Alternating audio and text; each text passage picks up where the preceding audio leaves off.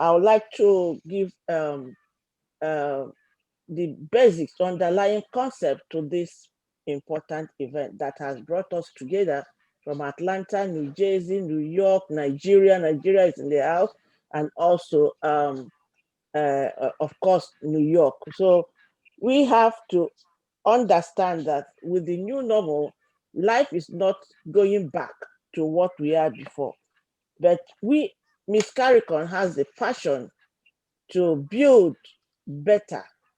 We're looking at building back better, not that bringing back to what it was before the COVID-19, but to build it back better.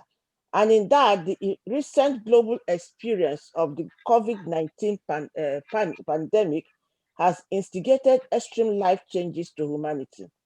It has affected human lives in various ways, calling for adjustment ranging from economic, emotional, financial, professional changes. Life adjustment often come with a wide range of experiences and emotions.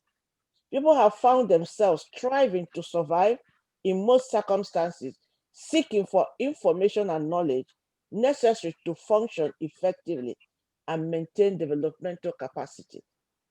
In overall, it involves learning to know, learning to do, learning to be, and learning to live together with friends, family members, partners, and colleagues.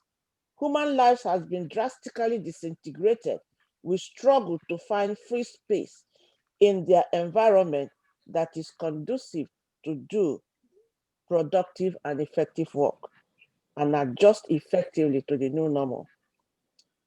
Miss Caricon Foundation International and partners have come to a resolve that building back better will effectively contribute immensely to rebalancing human life to fit successfully into a new normal.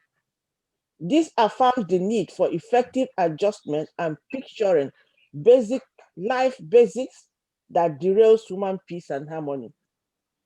To rebuild, establish, and become a better you in COVID-19 era, the building back better will begin to rekindle light on human thought process that will refocus thinking along education and information in addressing the Maslow hierarchy of human needs to effectively adjust to the new normal. Consider economic and financial balancing of new equation to meet the challenges of the new normal. Picture adjustments to well-being and sustainability. Effective adjustment in the new normal works to bring attention of the negative effects on COVID-19 and realign the minds of people to abide by the times of decay to help in building life back, in understanding better definition. The strategies for effective adjustment to the new normal in picturing humanity is inclusive and revolves all around needs for human existence. And that is why we are here. That's why we have the panelists today. And that's why all the speakers are to look at the needs of human existence in community, in family life, and growth and development. The first of the series of Building Back Better will highlight on the following: picturing new normal in the community and human welfare, economic and keeping balance on credit and personal earning, picturing reality on effective adjustment to property acquisition and living shelters, picturing elements of maintaining health, social, and other forms of insurance needed for balancing of human life. The outcome from the conference will raise community campaign on building back better in working towards advocacy to balance the lives of the community dwellers and those in marginalized situations.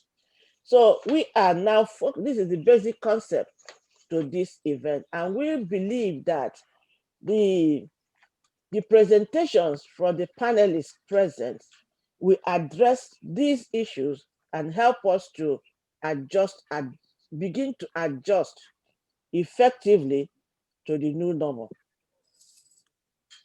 So I thank you, and I want to call on Dr. Sanchez, who is the founder and president of Miss CARICOM International, and also the visionary for Building Back Better, to give us the vision and mission of Building Back Better for the new normal. Dr. Thank you so much, Dr. Adam, my colleague. We have been on this journey for such a long time. It seems as though that we were preparing for this pandemic according to our own protocol that we've been following during the years with our organization. Greetings, my friends and colleagues. It is comforting to know that we are not alone in the battle of recovery from this pandemic, COVID-19. In 2020, the world experienced changes that would take a long time to readjust to. We are Miss CARICOM International Foundation in consultative status with the United Nations, a commission with UNESCO and a member of ECOSOC. Our mission is to build back better. During 2020, in the midst of the pandemic, our outreach program touched many lives in more than 7 countries worldwide, including Gambia, Nigeria, Uganda, Venezuela, Panama, India, and Guyana, and others.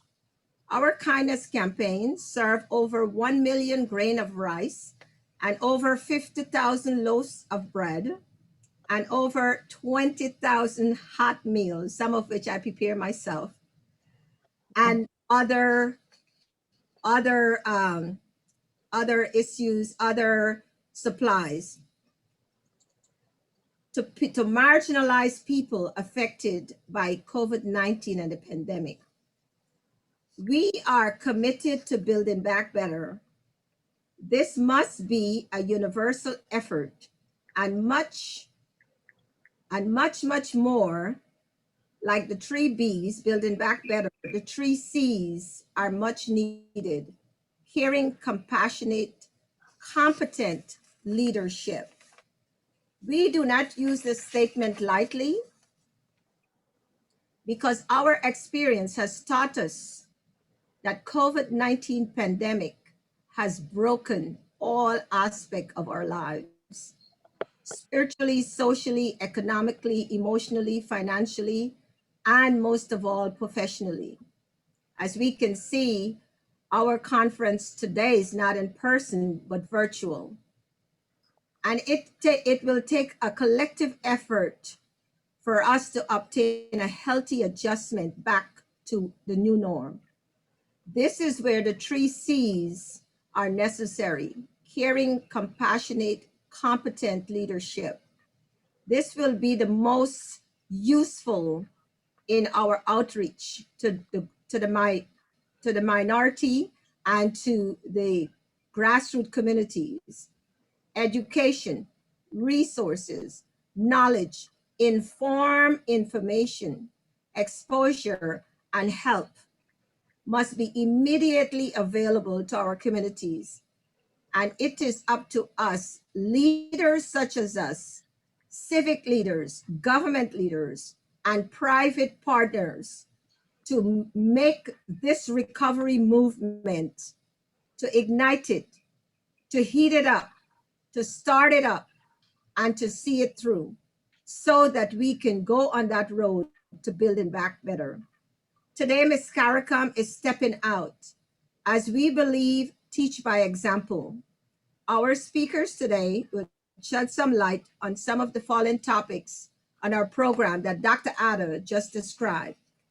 It is our hope that community dwellers and many in our marginalized situation will benefit from this webinar today, because we are in some serious times, and it's especially serious for marginalized people of all race, all color, who are marginalized. So I'm hoping that our conference today is just the beginning of a long journey to building back better, because on the panelists today, we have the 3 C's: caring, compassionate leaders. So I welcome you to this broadcast, and I hope that this would be one of many. Thank you so much. It's a pleasure for Ms. Caricom to welcome you to this forum. Yes, thank you. Thank you so much. And thank you, Monica, for just always having your finger on the pulse of these important issues just throughout our entire city. And, you know, as we have a conversation about how do we build back to a new norm, the first thing we must do is be honest that prior to COVID-19, for far too many New Yorkers, there was not a norm. And this urgency to get back to normality was not a normality and a normal way of life for so many New Yorkers. We talk about the school system uh, post-COVID, but pre-COVID, 65% of Black children were not meeting proficiency. We talk about the healthcare system post-COVID, but pre-COVID, we had a countless number of Black and brown families who were dealing with high numbers of diabetes, high numbers of chronic diseases. Almost 70% of 12-year-olds are experiencing early signs of heart disease. We talk post-COVID and access to food. Pre-COVID, food insecurity was a normal way of life for so many people as they dealt with the issues around having the failure of access to healthy food. Post-COVID, we talk about the millions of New Yorkers who are behind in their rent. Pre-COVID, we're talking about 100,000 children who will live in temporary housing, a countless number who live in homeless shelters. If you are in a homeless shelter or homeless, you're less likely to graduate from high school. And anytime you don't educate, you will incarcerate. Just look at the numbers in the Department of Education. 80% of the men and women there don't have a high school diploma or equivalency diploma. So I make this analysis state to us, the new norm can't be the norm we left, because the new norm we left was one-sided. And so many people ignored the inequities that were taking place in our city. Our city is dysfunctional. And in the spirit of Archbishop Desmond Tutu, who stated in a quote that we spend a lifetime pulling people out of the river, no one goes upstream and prevent them from falling in the first place. That is where government must go. We must stop creating the crises that leave people in a perpetual cycle of poverty. The goal is to realign our city to focus on those who are in greater need and make sure they have the resources. So as we cycle out of COVID-19, this time when we cycle out, we don't do in the 70s when the city cycled out of their financial crises and we left people behind. The rich got richer, the poor got poorer, and we decimated the middle class. In 2001, after the terrorist attack here, we cycled out of our financial calamity. The rich got richer, the poor got poorer, and we decimated the middle class. In 2008, after financial crisis, we cycled out. The rich got richer, the poor got poorer, and we decimated the middle class. As we cycled out of COVID, we want to make sure that we take with us those who are in need. It is the people of the city of New York that we need to focus our attention on. And that is what I believe we can do together. When we look at the cross section of panelists who are here, many of you have spent a lifetime helping people in need. It's time to engage in those real conversations with you. You have your ears to the ground, you have your feet to the ground, and you have your commitment to the people who are in need. And I want to be your partner as we look at this new norm of life after COVID-19.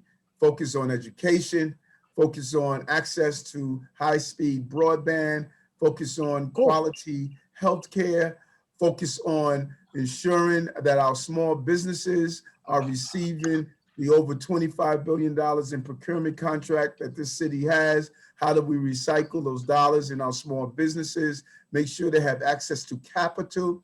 Make sure we put in place a local banking network that will lend to our small businesses in a very real way. Make sure we remove the barriers that prevent our small businesses from expanding.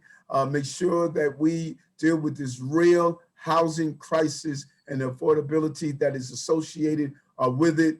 That is what the plan must be as we look back over COVID-19 and state, out of all the horror, out of all the trauma, we came out better than what we were before COVID-19. Not better for some, but better for all. And that is the goal that I hope we all move towards. Thank you very much for allowing me to come on and have a conversation with you this afternoon. Well, Bibi, we won't let you run away so quickly. You know, I wanted to make this presentation about you, you know, and of course, this program is about the 3 Bs, which is building back better. But I want to highlight that it's important for us to highlight the 3 Cs, which is compassionate, caring, and competent leadership. Something that you have shown, something that you have spent a lifetime building. You know, as BP of Brooklyn, there are so many lives that you have touched in a positive way with the 3 Cs, as being a compassionate, caring, competent leader. And now on your road to being mayor of New York City in this broken society that we have now, it is so important for us to spotlight your track record, because it's leaders such as you with the 3 Cs we need in order to accomplish the 3 Bs, which is building back better. You know, so I'm labeling you now the 3C leader. You know what I mean? Caring, compassionate, and competent, most of all, because now we need, like you said, resources. We need to get to the marginalized people, which is what you have done almost all of your career. I would say all of your life, is to reach out and touch marginalized people, people of all race and color who are marginalized. We're not talking about black and white. We're talking about people who are marginalized, and we have them every shade, every color. And New York City, a city such as New York City, you know, we are the spotlight of marginalized in New York City. And your career sure has taken you on this journey of having that intimate access to the people of New York in such a special way, where you enhance so many lives. You know, we are grateful and we are paying attention. And we look forward to you on this road to being the mayor of New York, because now more than ever, while we recover from this pandemic, while we recover from COVID-19, the city, a city such as New York, need a leader like you, because we need education, we need resources, we need knowledge, we need so many things to get into those same marginalized people that you have been fighting for and protecting along the way. And so I think that it has to be a universal effort among government, civic, and private partners to accomplish this. You know, Ms. CARICOM, we have a consultation status with the United Nations. We also have a commission with UNESCO, and we are a member of ECOSOL. My colleague, Dr. Ada, who is my director of human resource, and I have been working effortlessly. I know that we've run into each other. So you are one of those politicians that actually engage the UN into the community. And for that, I'm passionate about supporting you.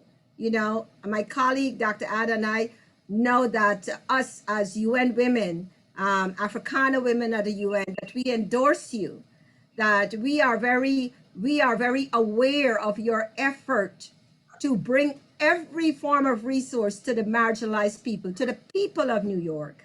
And for this, you know, whatever it is that we can do, and we appreciate the fact that regardless of your schedule, and we know it's tight, that you have made an effort to reach out and to be part of and to participate to the grassroots people, so that they can know that you are interested in all aspects of rebuilding and all aspects of marginalized people and of New York City. So for that, I want to say thank you, and thank you so much. And I know my colleague, I know you can't stay the entire program with me, but I know my colleagues maybe want to reach out and say something to you before you runoff. And I thank you so much. We appreciate this effort. Thank you. Well, everyone knows Thank you.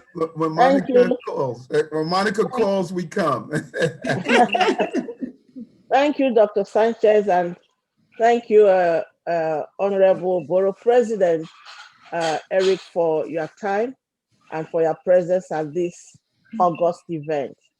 Interestingly, the program we are into and with your new vision to help the citizens of New York City in the coming years falls within the United Nations Decade of Action and is a clarion call to Secretary General of United Nations to see how best the Sustainable Development Goals should be impacted in the lives of people.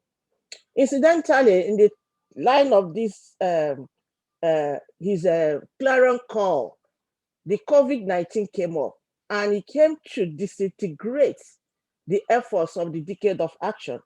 So, but with your vision and the passion to see that lives, people, indigenous citizens of New York and residents of New York City has a better defined path. And that is why we are looking at effective adjustment in the new normal. The new normal has to be a point where people will begin to adjust their way of living. Take, for instance, programs has been live event, but today it's through virtual. So, but a lot of community dwellers have not acclimatized themselves with the effects of the new normal. So it's a big challenge that we need to picture the new normal in the community and the human welfare, especially those dwelling in communities, those in situations and circumstances, those in mishap and disadvantaged situations. So as we channel and as we keep praying for you, it is our passion that someone who has an inner passion for humanity take the seat of the new of the coming mayor and see how best to encourage the residents to adjust to the new normal. So we appreciate your time and we look forward to having you guide us on this initiative. Dr. Monisha Chancellor had given you a title already, and that title will enable you to direct, advise, and guide this new initiative in building back better, especially for the residents of New York City. So we thank you for your time. Can everyone hear me? Okay, go ahead, Mr. Davis, quickly. We have two minutes each. Okay, President Adams, we really appreciate you taking time out of your busy schedule to come to just show up and to let us know that you're really involved in what we are doing, and that's very, very important. And we will be looking out to congratulate you when you become the mayor of New York City. God bless you, brother. Thank you so much for your kind words. Appreciate you, sister. I know maybe everyone wants to, I know you can't stay, so just to give our panelists a chance just to say hello to you real quick. And I know you have to run, but we appreciate you being here. Thank you very much. We will have a lot of questions sent to you. We are all zooming our lives away with all of these Zooms. But I am always here. Please feel free to reach out. Sister Sanchez always knows how to catch me. I just have another big panel forum debate they're doing for the mayoral candidates. You know, so thank you so much for inviting. Derek, you're in Atlanta. You want to say something quickly to the BP before he leaves? Derek is involved. Go ahead. Hey, brother, how are you? Pretty good, pretty good. It's a pleasure meeting you.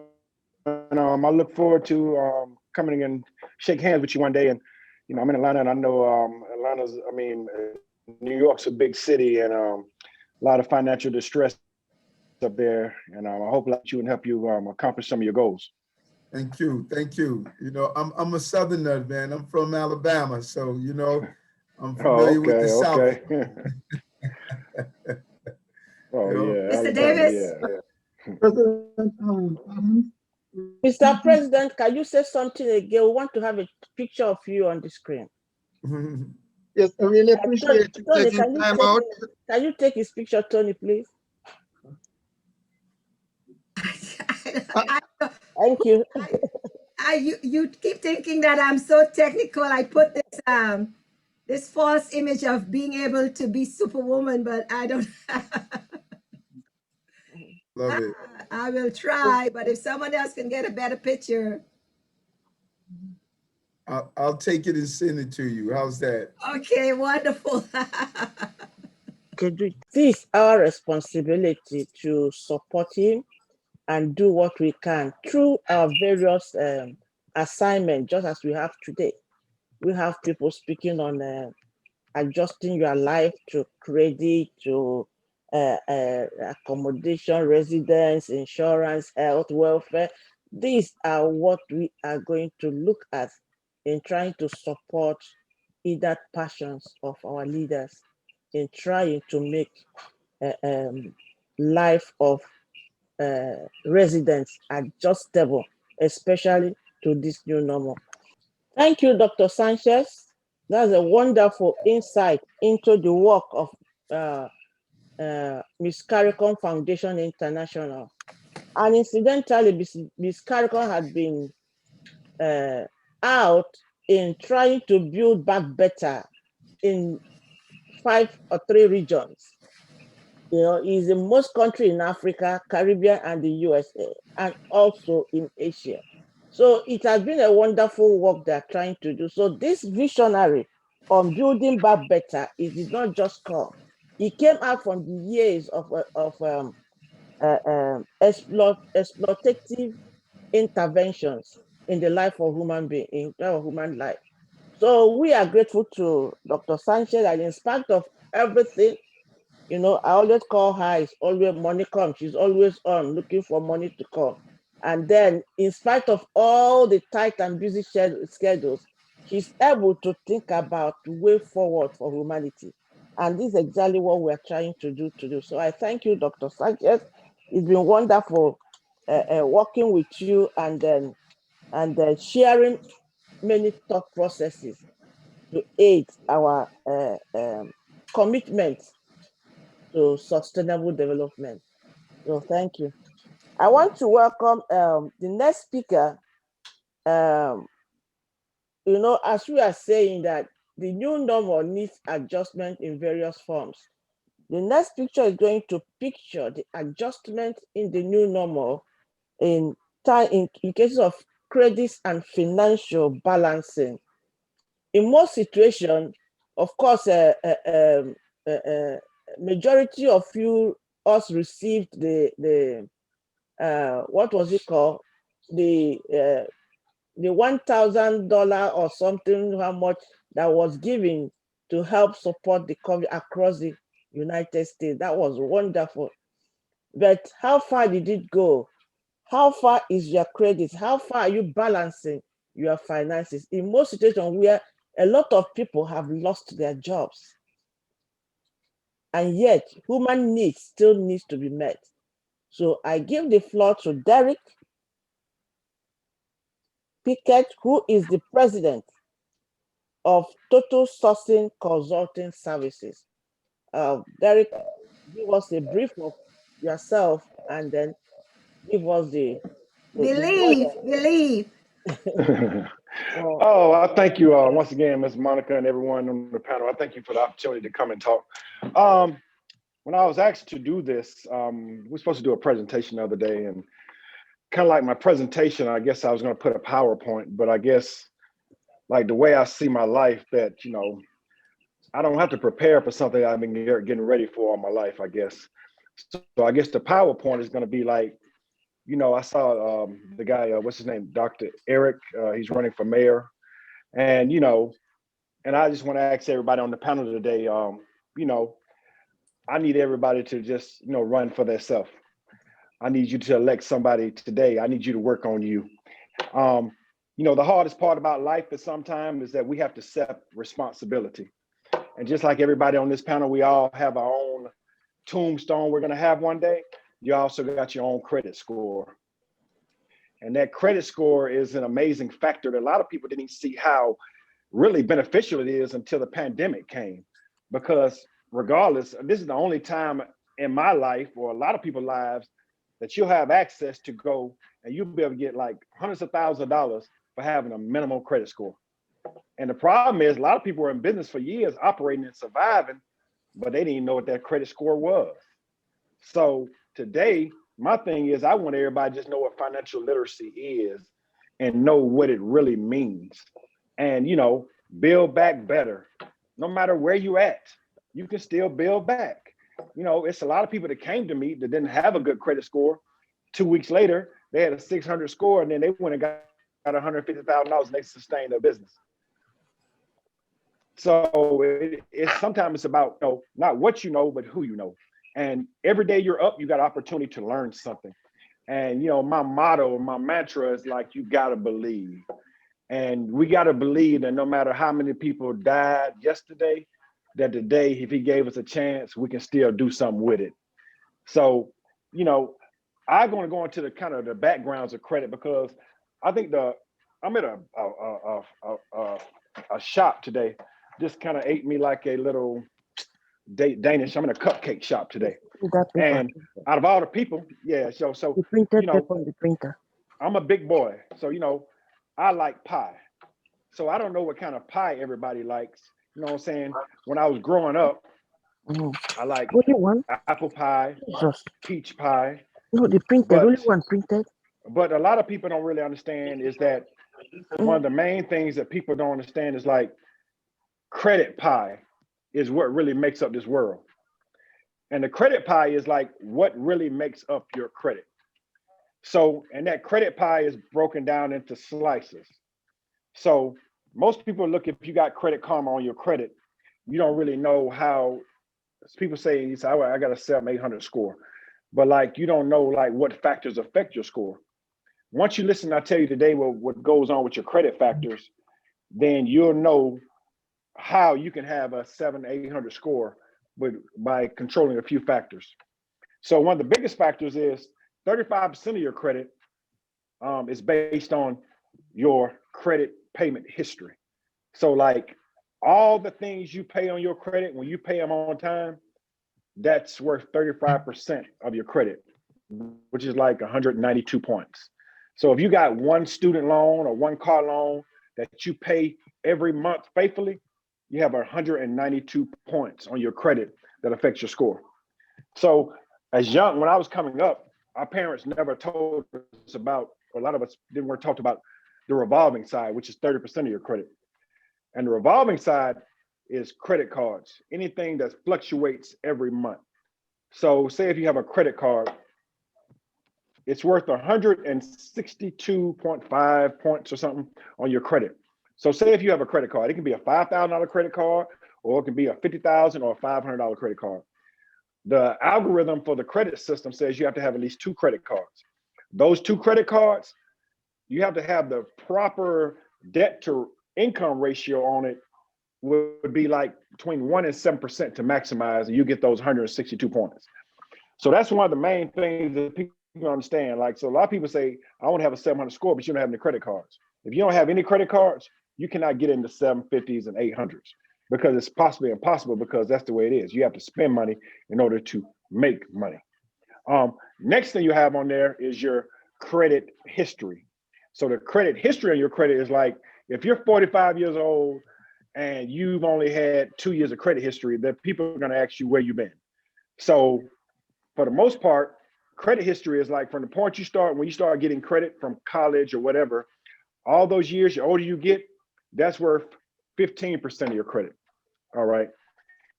And then the next part of your credit is new credit, which is all the new credit you get over the time. So it's worth 10%, which is 55 points. And the other 10% is inquiries. So the average American should only use like 2 inquiries every 6 months. If you got a lot of inquiries, that's bringing down your score on your credit. So those are the factors. I know it's not a lot of time to talk about it, but that's the main thing. Miss Monica, whatever, my Gotta Believe shirt, everybody who came to the panel today, I'm gonna gift you all with a copy of my book. And I'm gonna give y'all a hoodie for that cold weather up there in the snow if it's cold. And I'm gonna give y'all a gotta believe hat, all that kind of stuff. And I'm gonna give you some educational. I have a blueprint. If you want it, I can give you that and tell you how to build your score properly. But the main thing about credit is just knowing your credit and don't be afraid of it.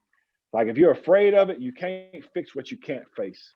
And no matter what we say, these next 9 months are going to be real detrimental in this economy, because even though they're deferring the rent and they're doing all this stuff, at the end of the day, the government said, hey, you can call in and you can defer your credit because of COVID-19, but you ain't gonna have no, 100%, you're gonna have like a default deferment, and that's gonna show that you haven't been.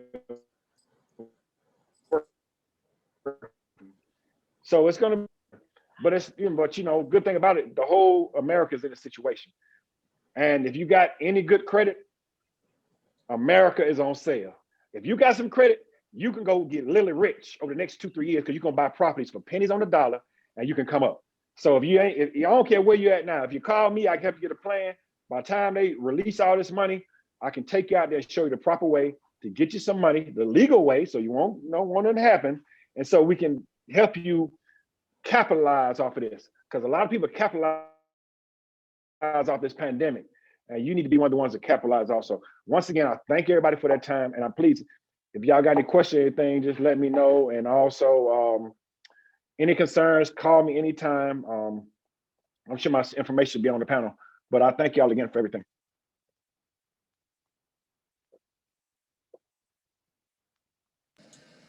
Thank you, Derek. You see, when we say we need your presentation, we needed the less The pie chart. non-knowledgeable people like me to understand these terminologies you are talking about. Those of you who are so professional and knowledgeable in what you do. You don't think that showing us the paper so that we'll go move along the thread, the journey with you is important.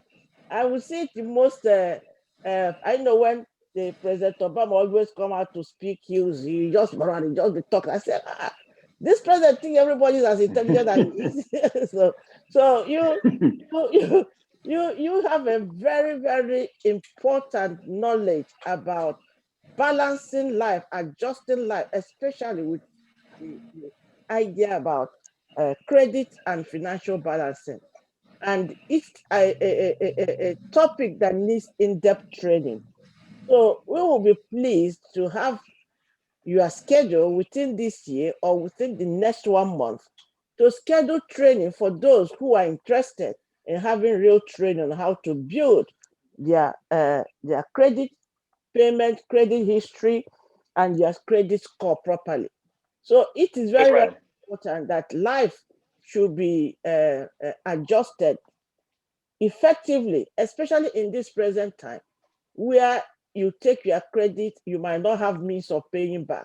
So how do you solve the equation? How do you balance it to be able to maintain your credit score? So we thank you for that wonderful presentation. And I would like to tell all participants, panelists, and panelists who are interested to receive this education, I'm going to leave email on the chat box for you to send email so that we can schedule a training section, because this is very important, and its cost is a very, especially in this kind of a country, in different part of the world where you are given the privilege to help your life.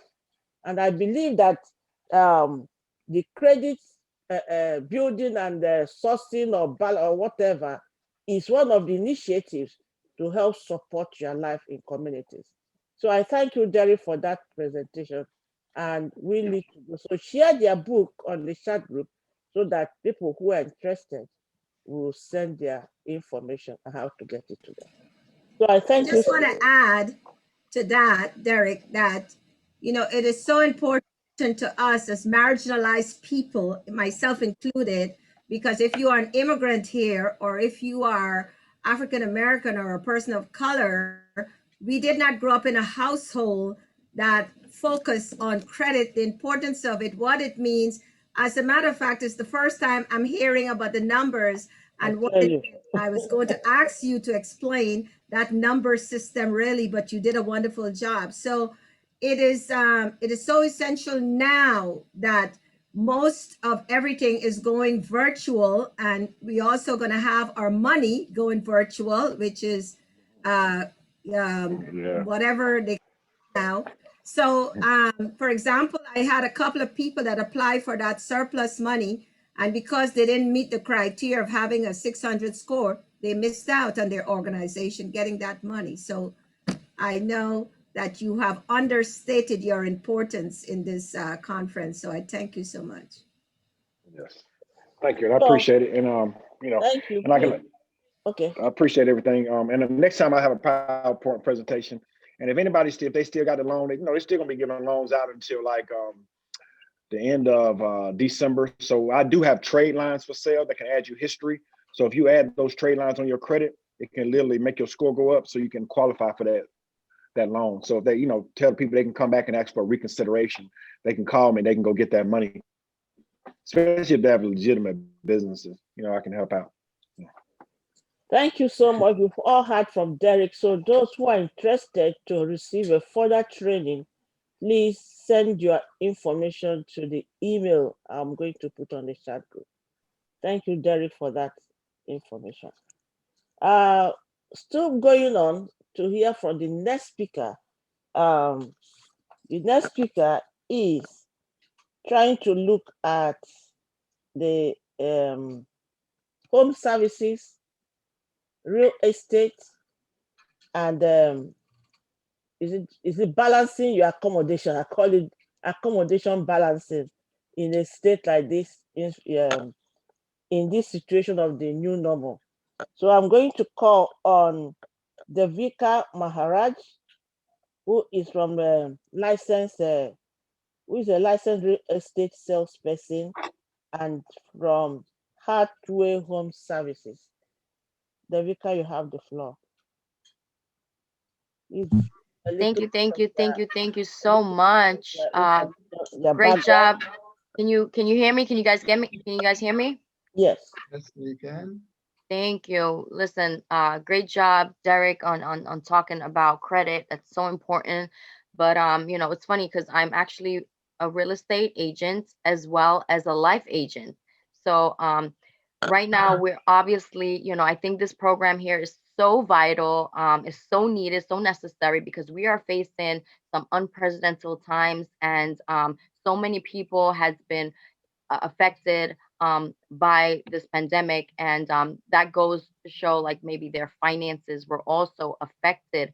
Um, as a real estate agent, the real estate market is pretty much um, it's a time to buy and sell, right? And I'm gonna get into Primerica in a second. Thank you so much. I think another panelist here is Primerica as well. So I guess I'll be sharing my message, and Mr. Davis would also tie it in. But really quick, you can go to the next slide. The reason why I want to talk about Primerica because it stems from your finances. If your finances is not right, you cannot purchase that house, right? So I like to educate people. Our community is not financial literate. Unfortunately, it is because of traditional systems and their belief systems. But we're here in 2021, and that whole mentality and mindset will definitely have to shift now to adapt to the new norm and how the way the world is working right now. Um, so a little bit about Primerica. It is it's actually a financial service marketing company, and we're located in the whole North America. That's Mexico, Puerto Rico, right? We're listed on New York Stock Exchange, so we're definitely, have the asset under management. We've been in business since 1977. We have approximately 5 million lives insured and 2 million lives investment clients. Next slide. Right here is our headquarters, which is located in Duluth, Georgia. Yes, Derek, we're out in your town. So we have more than 2,000 dedicated home office employees to support our clients and representatives. Fun fact about this, the headquarters, it is the size of 4 football fields. So definitely, you know, Primerica is out there doing great things for the community. We was rated by Forbes magazine, Forbes in 2015, and consecutively still as America's most trustworthy financial company to work with. We've gotten the Delbar next, the Delbar Mutual Funds for 17 consecutive years. Um, next. And AM Best rated. You guys know what these ratings are. You know, you go to restaurants and you see it on the window, right? We got an A+. So definitely we're doing something amazing. We like to say we're like a one-stop shop financial supermarket with home delivery.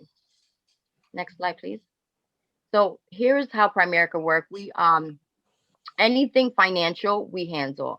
We do anywhere from car insurance, life insurance, home insurance. We do 401ks, retirements, the needs and the importance of having a retirement.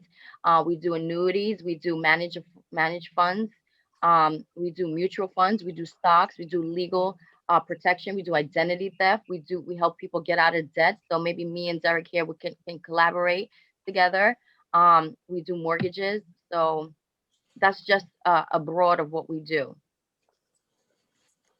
Next slide, please.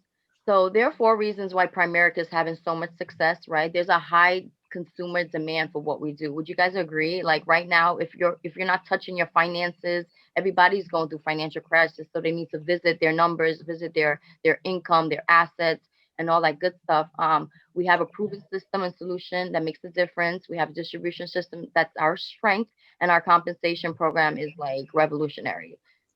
So our mission, like anyone else, is to help families earn more income, become properly protected, debt-free, and financially independent. Guys, how important is this? This is, you know, what I preach about all the time.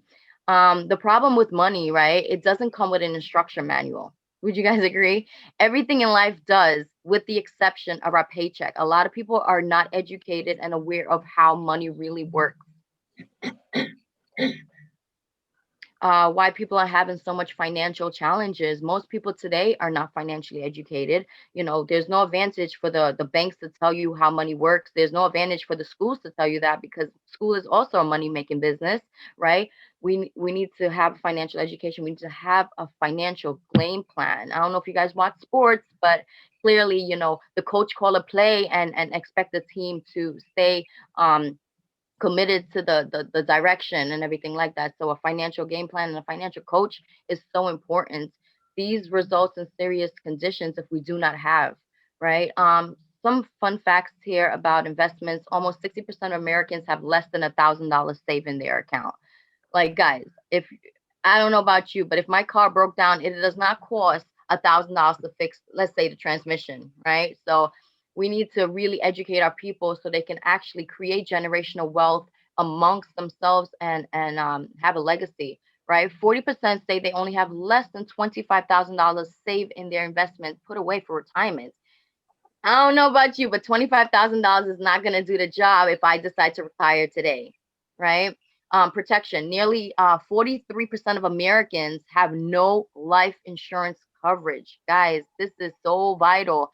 Roughly 50 million of households in the U.S. is underinsured, with the average life insurance covered gap of $200,000. Crazy stuff, right? Debt.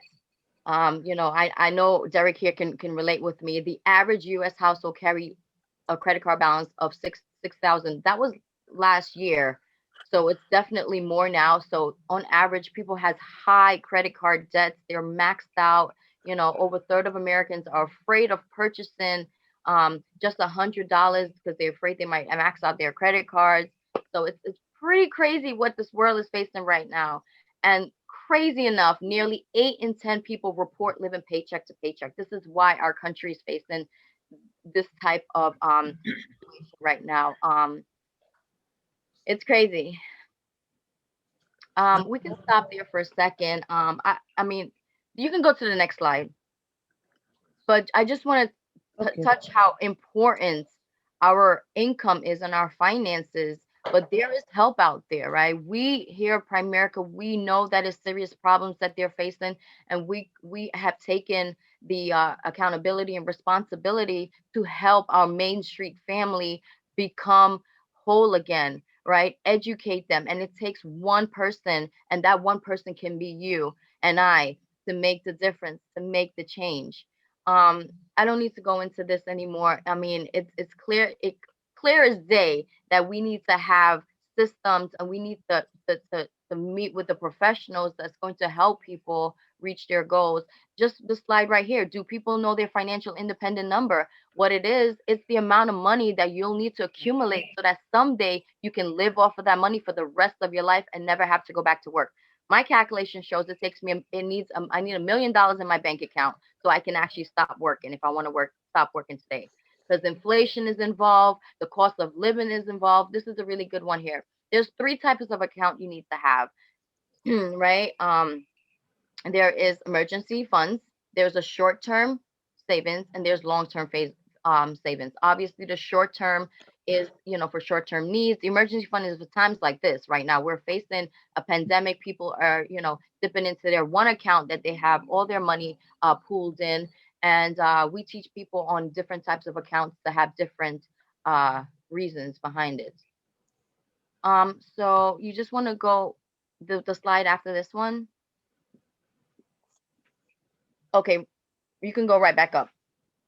We teach people to bypass the middleman, become an owner, not a loaner. Basically, when we all get paid, we know where our money go, right? That's in the bank, right? But your money goes into the bank, and then it goes, the bank then uses it into the global economy and gives you nothing in return. We know that. Yes, to keep money in the bank for our bills is important, but at the same time, the bulk of your money should not be in your bank. You should seek, someone like me to advise you on where to put your money to make it work for you, right? That's how the rich stay rich. And we need to adapt some of those characteristics and traits. And this is why I'm here on this call right now, right? You want to go to the toaster? Then the next one. Right here. Next one. So fun thing, right? This is one of my favorite example. If you had a toaster in your kitchen, right? On every 1st and the 15th of, can you go back to the Go back, toaster, go baby? back. So every 1st and the 15th of every month, $2,000 popped out. Would you like that toaster? I know I will, right? Would you insure it? Of course, right? But unfortunately, guys, uh, reality check, we don't have a toaster. We are the money-making machine in our family. So that goes to say, so we need to, when it makes sense to insure this toaster, so it makes sense to insure your income as well, right? People are not aware of insuring your income. For homeowners as well, like being in real estate, I strongly urge people when they do purchase a home to get an income replacement that ensures, God forbid, something happens to them, or the event that something goes wrong, that the income replacement program will then pay for their mortgage. Make sense? Can you go to, yep. So we have a real life example here, husband and wife. Obviously, the husband is no longer here, but 3,500 she makes a month. He made 3,500. They had a total monthly bill of 7,000. Where they pay their mortgage, their car, their insurance, their credit card, their utilities, and so forth, and all the expenses. Life without him is going to be a lot different. But if you have this income replacement insurance in place, they would not feel a financial burden or financial loss. Make sense? So that pretty much sums up my presentation. We talked about real estate, how important it is to have income replacements. Also, how to basically save for rainy days. When I was growing up, my mom always told me to save for rainy days. And, this clearly shows how important it is, because you never know. We have unexpectancy. Life does take, its toll. And we wasn't anticipating for COVID-19 to happen. But like how Derek has said, we have to be ready at all times, right? I got, before I wrap it up, I got like 4 or 5 lessons for COVID-19. Life is short, guys. Jobs are temporary. Health is wealth. Always have an emergency fund, right? Anything can happen. So be prepared for the unexpected.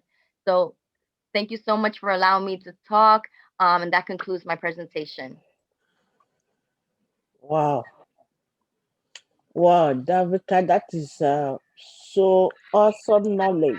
You know, is it it seems like all of us are empty in this area of education and knowledge.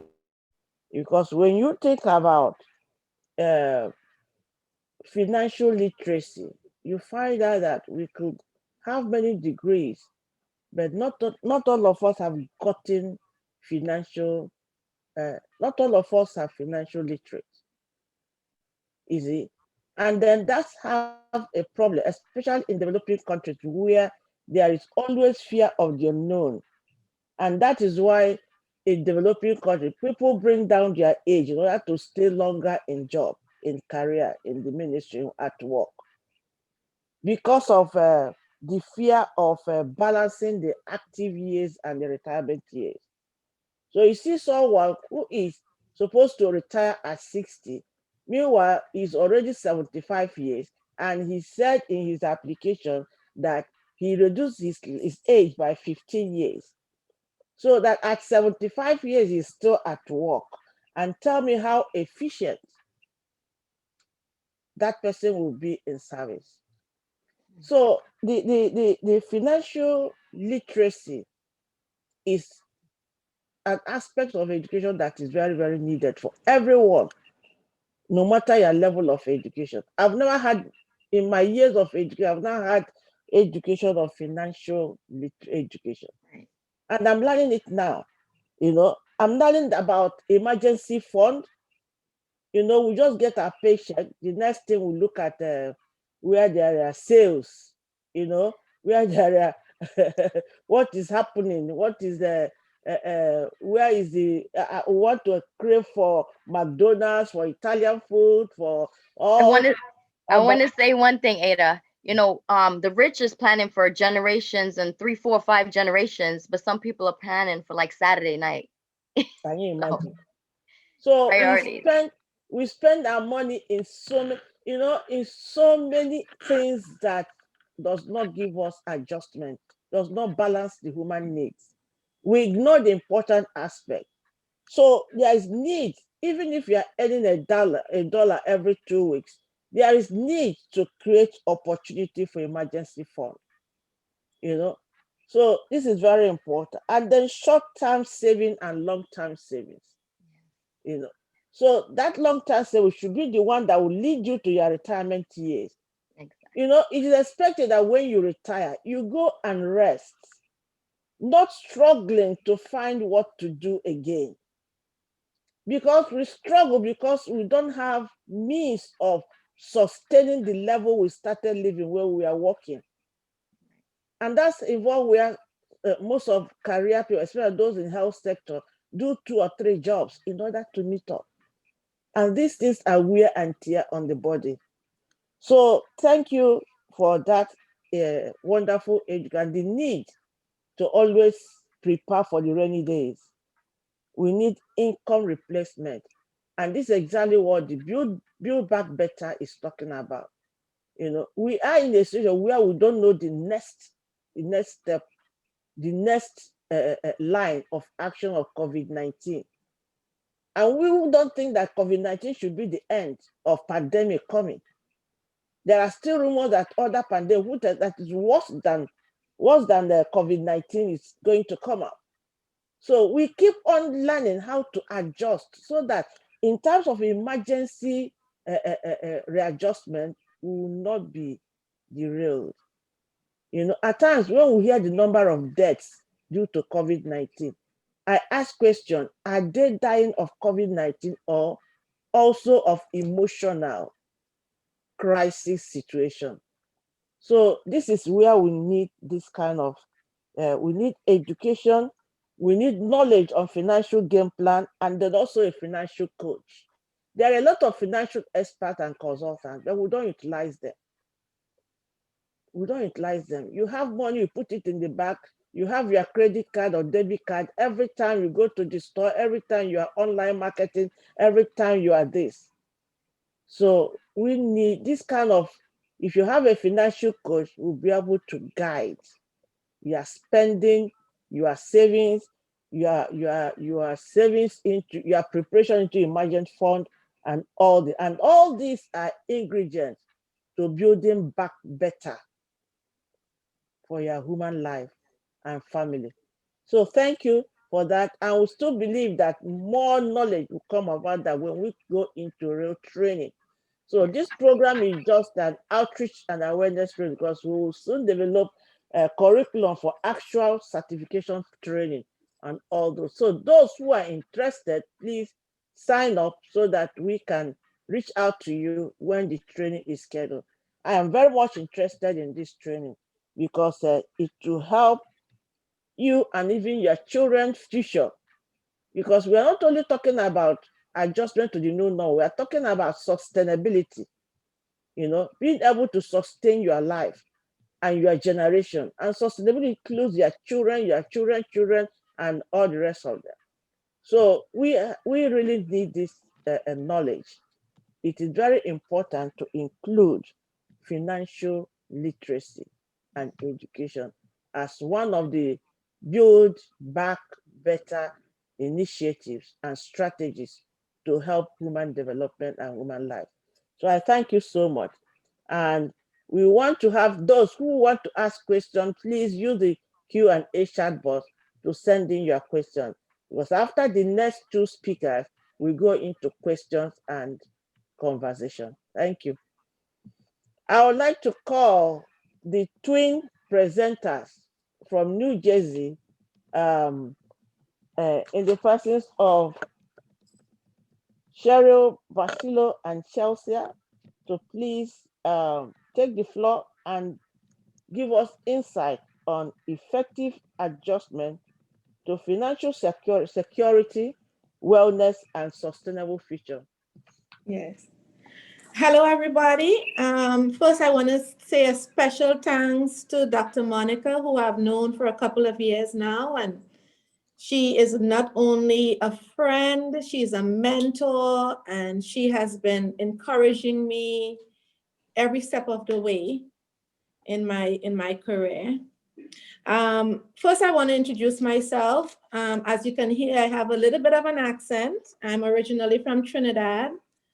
And I came here at the age of 17. I'm the first one in my immediate family to attend college. I do have a finance degree and an MBA in accounting. I also have a series of financial licenses, which gives me the ability to do what I do, which is a financial professional. I do want to say that coming from a West Indian background, not growing up as said by Dr. Ada, in homes where financial literacy or thinking about credit, as Derek spoke about, was emphasized, I had a really strong interest in learning how to help my community become more financially literate. I do this job not only for financial gain, but I feel like I'm actually serving a purpose here. We educate, we guide, we listen, we build, and we have a team environment. Here at Equitable, we come from a very diverse background. As you can see, my team member, Chelsea, here is being introduced to the Caribbean community, and she's getting her feet wet. And this has been a great learning experience. I'm gonna let you have Chelsea come in and introduce herself as well. Chelsea. Perfect. Thank you so much to Dr. Ada and to Dr. Sanchez, Monica Sanchez as well. Thank you to my business partner, Cheryl Ann here, who has, in our year of working together, not only changed my mentality around financial planning and the importance of it, but it certainly made me a better human being outside of the working environment that we have together. So thank you to everyone on this panel here as well. We're really excited to dive into our practice and how we've been working with our clients. We do have a PowerPoint. I don't know if that is up at the moment. While we're waiting for the PowerPoint, I want to, just address what, our main mission is. And our main mission is really helping our clients to reach their goals for now, for the near future, and for the far future. It's very important to us to listen to our clients and really add value. We want to add value to their lives in every aspect. So we look at finance as a whole picture. We start from understanding our clients, who they are, because financial planning is based on individual needs. It's not cookie cutter. So Chelsea is going to talk a little bit about the company's platform so you can get a better understanding of exactly what we do and why we do it and how we do it, and what are the tools and services that are available for us to accomplish our clients' needs. Chelsea? Perfect. Are Actually, if you you can, okay with the screen, or do you want me to start afresh? It's too tiny. Okay. You need to adjust, the font is too tiny. and if you can go back one as well, please. Number 2. Okay, let me zoom it a little bit. And we'll see. The Yeah. second one, right? Yes. Okay, yeah. Okay, perfect. So Equitable, as you can see, has been around a long time. We are a long-lasting company. We've been around for over 160 years. But before I jump into Equitable and what us as an organization provide to our clients, it is really important to kind of piggyback off of what Charlene just said. You know, our mission in this is to run a planning process, an advisory practice, where our mission, our intention is to positively influence and impact our clients' financial lives. In our opinion, the most important aspect, one of the most important aspects of our clients' lives is their financial planning life. So fortunately for us, Equitable really allows us to dive really deep into who our clients are, just by the nature of us being able to offer both sides of this business. So when I say both sides, I mean the risk management or the insurance side of planning, as well as the asset management or wealth management side of planning. So we have conversations with our clients around the importance of life insurance, as our previous panel member described, disability insurance, long-term care insurance planning. Actually, if you can go back one slide. Long-term care insurance planning is something that has been super relevant in our pre-retiree clients' lives. The biggest eroder of someone's net worth is the potential impact of having to live in a nursing home or an assisted living facility. So all very important conversations that we have with our clients, as well as the more fun side of planning, which is college planning, retirement income planning, management of people's portfolios. So the Equitable platform allows us to do all of this. And what's really important to note as well is the fact that we are open architecture or independent, where although we come from a big stable backbone of Equitable as the insurance brand, we have access to over 70 other different companies that we can leverage. So the Prudentials, the MetLifes, the Mass Mutuals of the world, we have access to. Same thing on the investment side of planning, over 100 different companies that we can leverage there as well. So why is this important and what does this mean? If you flip back one slide, actually, to the 2 pyramids there, slide number 3.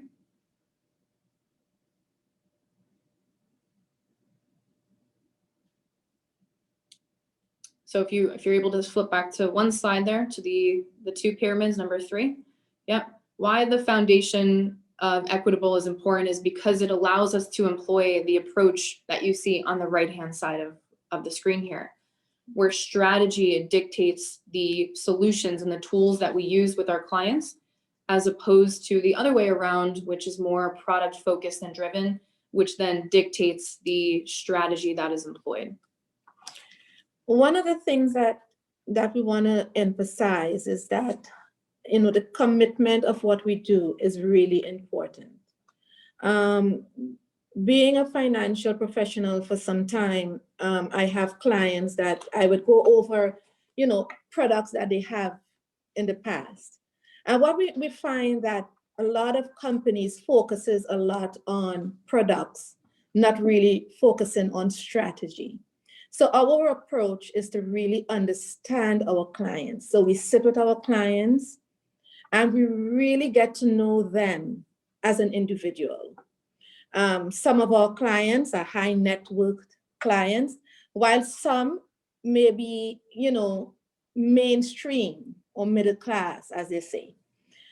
We focus on strategy. We build our foundation on strategy, which means really understanding what our client needs are. Every client cannot fit in the same bucket. So for example, if we're sitting with a client who has a higher tax bracket, the strategy for them would be different from a client in a lower tax bracket. So we plan and build out ways to protect your money, make your money grow, protect you from taxes as much as we can, show you how to hedge, how to balance your buckets. And this is where, once we have all that in a clear picture, then we would start talking products. So we don't do it the other way. We don't talk product first and then strategy. We talk strategies first, then product. So we go through a process, and that process starts with what we call asset mapping. The first thing that comes to most people's minds are, well, that's probably going to be so expensive to have, financial professionals sit with me and map out my financial picture. The good news is financial asset mapping is at no cost to our clients. So we sit with you, we listen to you, we understand your goals, we understand where you are in this point in time, and based on that, we build out a strategy for you. And as I said, the best thing is that this is of no cost to you. So we're gonna walk you through a little bit of what that process looks like. For many of you, it's gonna be enlightening, but it's to us, it's one of the most important steps in understanding our clients. I'm gonna let Chelsea talk a little bit more in depth about the asset mapping process. Mm-hmm. Perfect. So if we actually jump to the next slide here, ultimately the point of our process, and slide number 6, please. The point of working through a process, as we call it a process because that's what it is. It's a slow, methodical way to navigate through financial planning and understanding one's finances. It has to be, because most people don't pay attention to these things, right? They change jobs, they switch careers. They have old retirement assets out there, old accounts that they were saving into, that they just leave, kind of stagnant or static out there. So the point of this asset map, this is just a sample output, is to bring all of the various financial accounts and contracts that you accumulate through your life and put it into one simple, clear picture. May look a little silly with some stick figures in the middle and some color-coded boxes, but I'll tell you, it is one of the most clarifying type of financial planning analyses that we can go through, simply, again, just because it brings everything onto one page here. And ultimately, our goal is to deliver, the financial security and independence that everyone is searching for. So we ask for different data points like incomes, projection of Social Security, different retirement assets, college savings accounts, insurance coverages, home ownership, etc. Again, all with the intention of bringing it onto one simple, clear picture. So from here, we have conversations around whether or not we can start to depend, or whether we shouldn't depend on Social Security in retirement. Most people under the age of 40, I would say, should be a little skeptical on whether or not they should expect to receive some type of Social Security benefit. We talked to what is the most efficient, tax efficient, and savvy way to be planning for a children's education, higher education cost. Again, how the proposed tax bill could be impacting not only our tax environments today, and our saving strategies today. But ultimately, once we are ready to start retiring, thinking about retiring, how does that impact our ability in the near future? Anything you want to add here? As you know, just to go over a little bit of what Chelsea is saying, if you can go back to the asset map a little bit, please, on table 6. Thank you so much.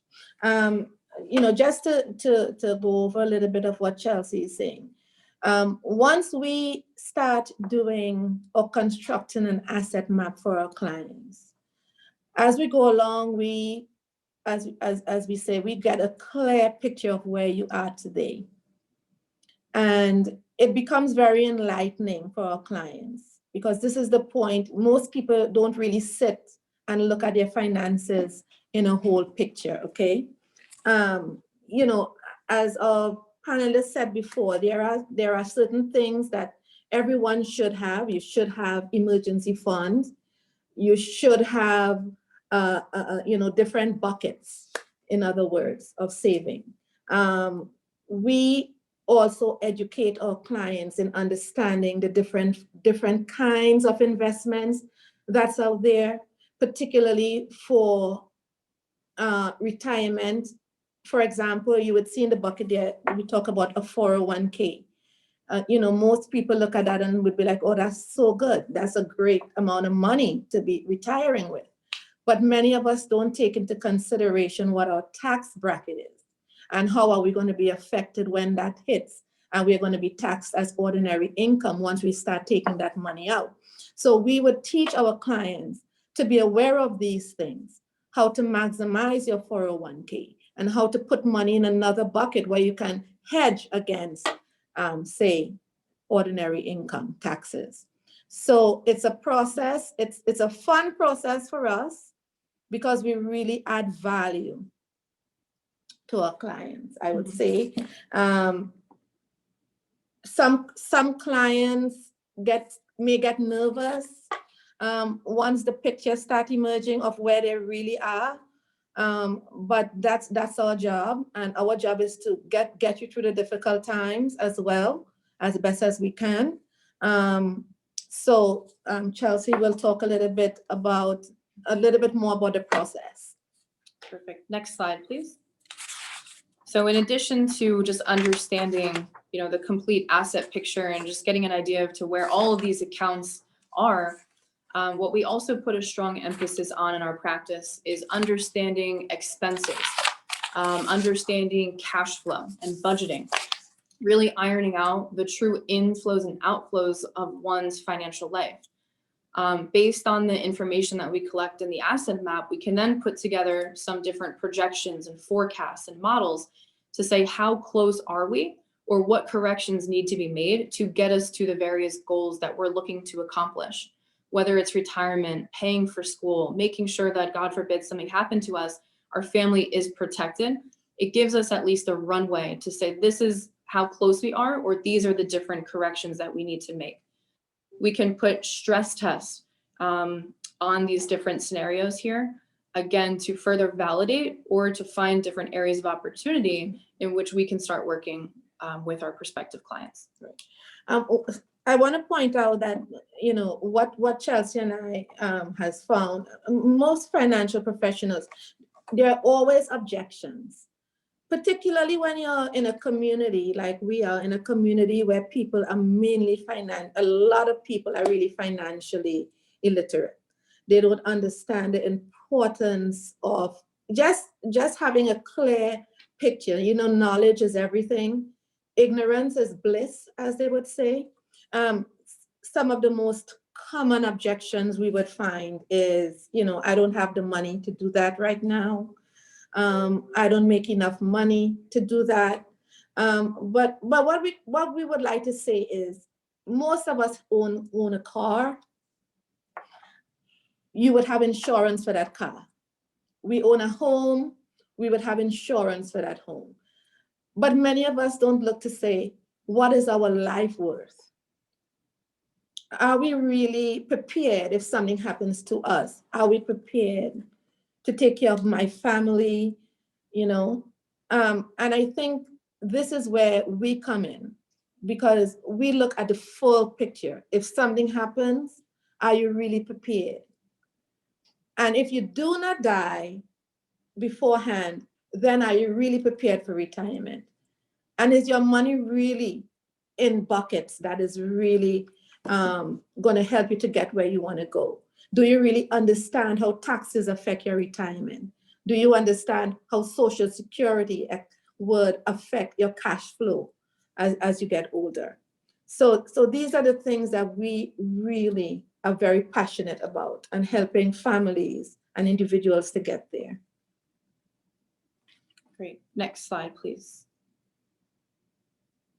In addition to how we work with individuals and families, we also work with small businesses, the employers, the employees, on things like establishing group retirement plans, group health insurance plans. We really run a full financial planning practice here. Our typical client in this space, we really niche ourselves in the small business, 1,000 employees and under. So another huge aspect of our platform as well. Right. And coming from a Caribbean community, we know that we have a lot of small businesses. Small businesses, not the American thinking of small businesses where you may have 5,000 employees. We're talking about small mom and pop shops, 5, 10 employees. No business is too small for us. We would work with that business. We would be able to show employers, even if it's just a single employer, sole proprietor, how you can even leverage your business, how you can leverage the taxes in your business to grow and save. 2 minutes to round up. 2 minutes, okay. Okay, thank you so much. Here, if you can go to slide 10, please. Just say one thing before I'll turn it over to Cheryl to wrap up. Feel free to take down our contact information. Again, we really thank the host of this meeting here, all of our panelists for their time. We're certainly looking to partner with people who are in the customer service business as we are. And again, we really appreciate the opportunity. Yes, thank you so much. Yeah, thank you for your in-depth knowledge and further exposure on these issues of human life balancing. You tend to delve into areas as strategies in helping clients to live, and to add value to their life. You also mentioned your strategy and process in trying to map assets. So you look at the client, you don't look at the issue first, which is very, very important. And when you look at the client, we that are into psychology, we know I understand what you mean by looking at the client, because it's the only way you'll be able to identify how best to help the client come out of the situation. So you see, the major concern of building back better is on the individual. Because just like when you train a child, you build a nation. So it's like when you help the individual to bring back his or her human necessities, then you are helping a whole lot of the family for sustainability. We are looking at sustainability, and that's what the United Nations Decade of Action is talking about, sustainability. So you are also looking at balancing budgets, which is very, very important. Most of us earn living, but we live above our earning, which is not helping us at all. So, and then the new normal is also even worse, creating worse situations, because when you earn $1,000 every 2 weeks, and you have a budget of $2,000, and now you don't earn again because of the new normal. So it's a situation, it's a problem, And importantly, if you listen to all the presenters, they have also highlighted the retirement needs in different forms. In this case, they mentioned their mission in maximizing your 401, which is 401k, which is very, very important. So life, understanding expenses, and in most situations, ignoring life worth. That is why we make earnings and we don't, we run into crisis because we are ignoring our own personal life worth. And this is a problem. So I think that the initiative of Ms. CARICOM Foundation on building back better calls for further action, really, calls for further action. The presentation from Derek, from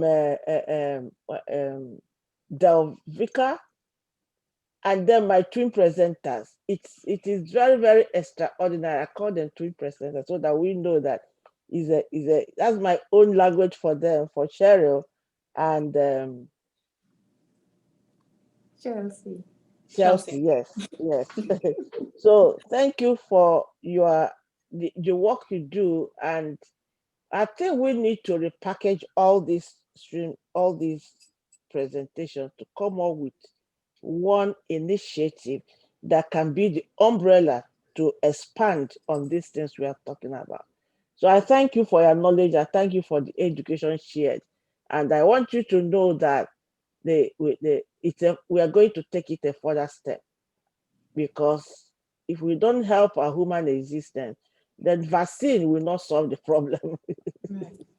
So we are talking about COVID-19 vaccine, yes, but there are other things that will need more to be able to balance, even when you take the vaccine. So we are on a mission that is yet unaccomplished. I thank you. So I want to call in our last speaker, Deroy Davis, to please take the floor and let us hear. If incidentally you have a colleague from your company who has spoken before, but your dimension is looking at maintaining health, social, and other forms of insurance needed for balancing of human life. Deroy, you have the floor. Okay. Sorry. Thank you very much. Good afternoon, everyone. And I want to thank Dr. Ada and Dr. Sanchez for granting us this opportunity to share, and not only for us to share, but also to do something for the enhancement of not only our local community, but the world at large. As it has been said, over 7 countries have been helped as a result of this initiative. Just a little bit about myself. I am, again, Delroy Davis. But in the meantime, just to say that I am from Jamaica, came here to study at the Tuskegee Institute, went on to do my master's degree at Virginia Tech. And believe it or not, all these were in agriculture. After that, I've worked for approximately 12 years as a computer technician, followed by teaching in the school system for about 12 years as a science teacher. And in the year 2000, I started in this financial services business. All right, so as I said, I got started in this business in year 2000, part-time. And that's a good thing about this business, because we can start part-time and then move on to full-time. So in 2008, I went full-time. Now, I was really prepared to do basically what the Vika has done, because we are not so much in the health business as we are in most of the other areas that were discussed there. Primerica actually, as it was said, started back in 1977. And we, at that time, were under Citigroup. In the year in 2010, we were publicly traded as under the New York Stock Exchange as PRI. Our mission, I'm not going to go back to the mission because it was expressed that is really to help, especially middle income families, to earn extra income. So that means we recruit, we train, and help them to be also able to go out and help themselves to help their families. So that's what we do in terms of helping families to earn extra income. Then to be properly protected, there are several ways in which one will be protected, and I will go into that a little more very shortly. And the most important thing is we want them to be financially secure. And to be financially secure, they really need to be out of debt, because if the money is just coming in and going out, nothing is really being put away for financial security, then you cannot really achieve that financial security. I'm not going to go too much into the details of the demographic. We all know, not only from the statistics, but also we saw how many people have been in line as a result of the pandemics. Many of those people are not there because they never earned much money, but they are there because they did not put away enough of what they earned for the rainy day, and the rainy day was mentioned earlier on. We have been taught in Primerica that whenever we get, but whatsoever money we earn, we should always put away at least 10%. In fact, it is said that we should, well, nowadays we don't really get cash as before, but when back in the days, we always encourage our families, as soon as you get your pay, take at least 10%, put it in a little envelope. 10% in a little envelope. At the end of the month, bring it to the bank and leave it there. Don't touch it unless it's in case of emergency. Nowadays, it's a little different because the money passes through the bank and it passes out. What we really encourage a family to do is to establish, or what we help a family to do is to establish what we call a financial needs analysis. Okay, because we realize that they of themselves don't do it, because it is said that people who fail, they don't really plan to fail, they just fail to plan. In that failure, their money is going in all different directions, and some of these directions are good directions. For example, paying into your mortgage, paying for your life insurance, putting money in the bank, those are good. But the credit cards and so forth, that's what those are the things that really cause us to be in trouble financially. So when we prepare this financial needs analysis, which is confidential, complementary, and customized, it is equivalent to when we used to use the GPS. We look at where they are financially, what are their financial goals, and we establish a game plan to achieve that financial goal. Moving down, we realize that many people during the earlier days, they may have large debts. For example, they may have their own children that they are taking care of. They may have their own tuition, mortgage, whatever the bills may be. So God forbid something should happen, and one of them is out of the picture, it would be devastating for the remaining spouse to be able to take care of the bill. So we encourage everybody to have what we prefer to call income protection, which is life insurance. Now, as you can see, during the earlier days, we encourage them to get a lot of insurance, to put it in simple terms. However, we also encourage them to start putting away something for the rainy day. If they are able to put away, or in other words, to invest, eventually they have as much money as the value of the insurance, then they can reduce the amount of insurance to free up more money that they can live on during retirement. Because by then, they really don't need as much insurance, because the children, hopefully, if they do the right thing, the children should be able to take care of themselves when they are out of the picture. But mommy and daddy in retirement would like to be able to live a decent standard of living as when they were working, or even better. So that's why we really believe in the theory of decreasing responsibility, and we encourage and we help families to achieve that. Okay, we saw here earlier the things that we market. Just like Amazon, they don't market many of the things that they distribute. They are just distributors. Primerica is basically the same strategy. We own the insurance sector of our business.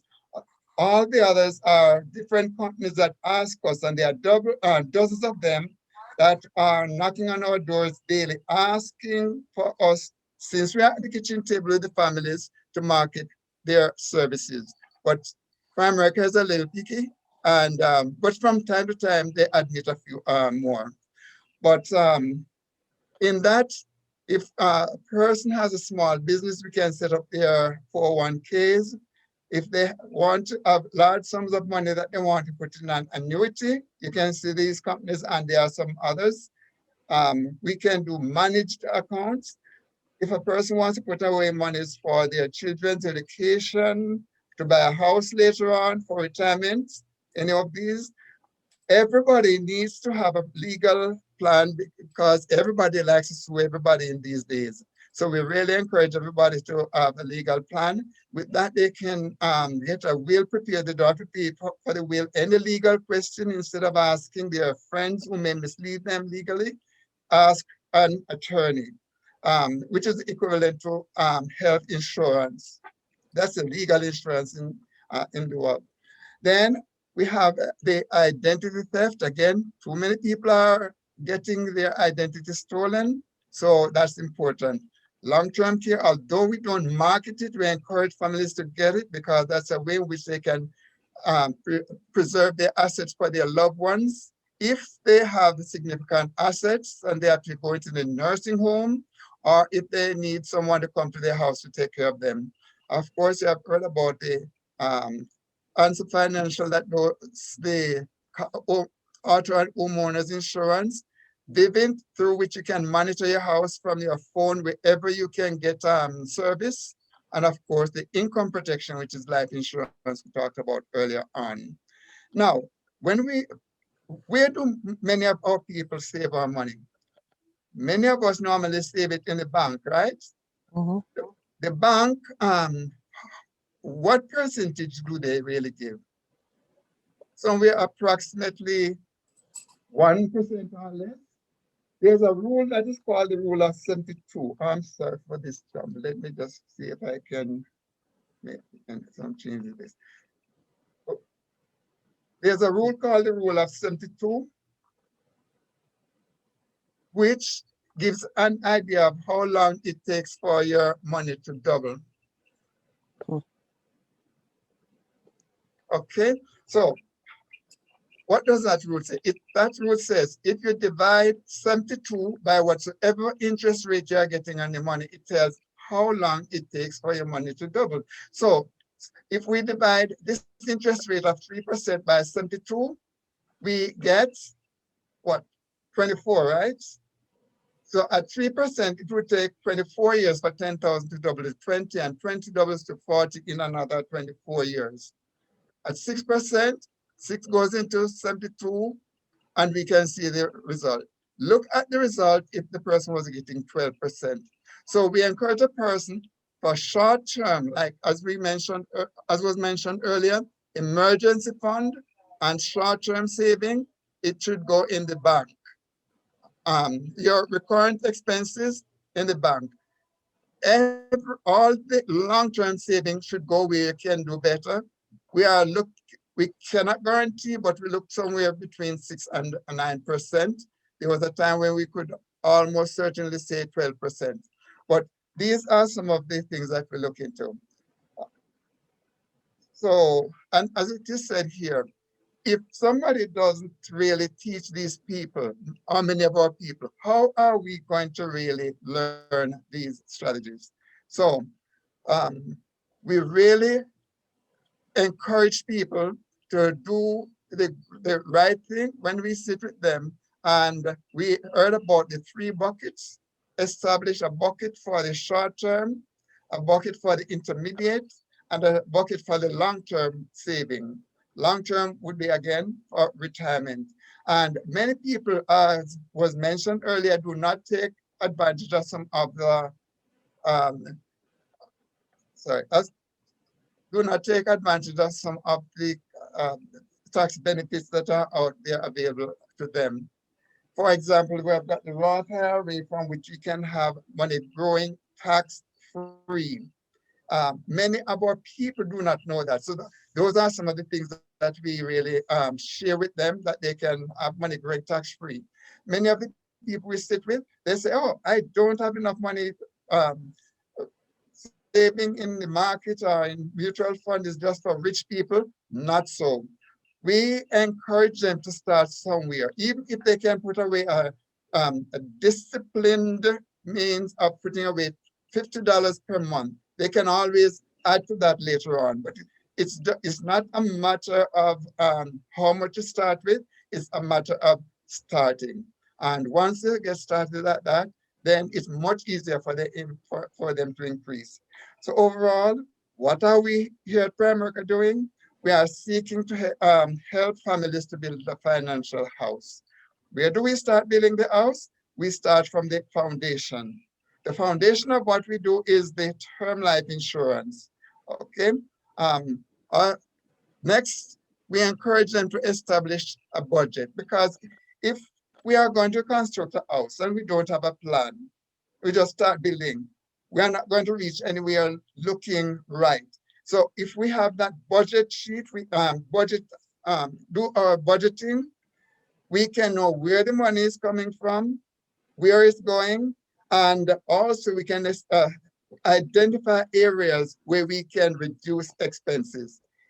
If they are able to reduce expenses in many cases, those are the areas that we find money where our middle class income families can put away for the rainy day. Okay. Other than that, retirement is very important, because everybody is just looking back in Jamaica. They used to say from hand to mouth. We want to look a little beyond that, and we want to look towards retirement, because if many of us, we can see many families have only $25,000 for retirement. If they have only $25 when they are $25,000 for retirement when they are earning $50,000 per year, how long is that $25,000 gonna last? Okay, so we really encourage them to find some way of putting away a little extra. College savings. We encourage every family, as soon as the kids are born, like we have twin boys, from they were born, we established a mutual fund. Every single month, something is going in there towards their education. Many families wait until the kids are 16, 17, and then say, oh, in 2 years, this child is going to go to college and we have nothing. Don't do that. If you can start to find it at age 16 and 17, you can start find something from they were much younger. Okay. Other than that, we have found families who they say, oh, I can't find the money to save. However, say next year they are ready to go on vacation. They use the plastic, they pay for that vacation, they find the money when they come back to take the next year or two to pay off for that vacation. We say, why not starting now? Put away a little something for vacation, or if you want to call it for holiday club or whatsoever, it doesn't matter what. That can go in a money market if you think that you're not disciplined enough to leave it there if it's in your checking or saving account.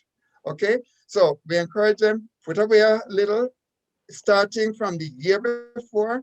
When you're ready to go on that vacation, use that plastic, that credit card to pay for that vacation. Yes, because it helps with the credit card. You have heard it from Derek earlier on. But as soon as you get that bill, pay it in full if possible. If you cannot pay it in full, try to pay off within 3 months.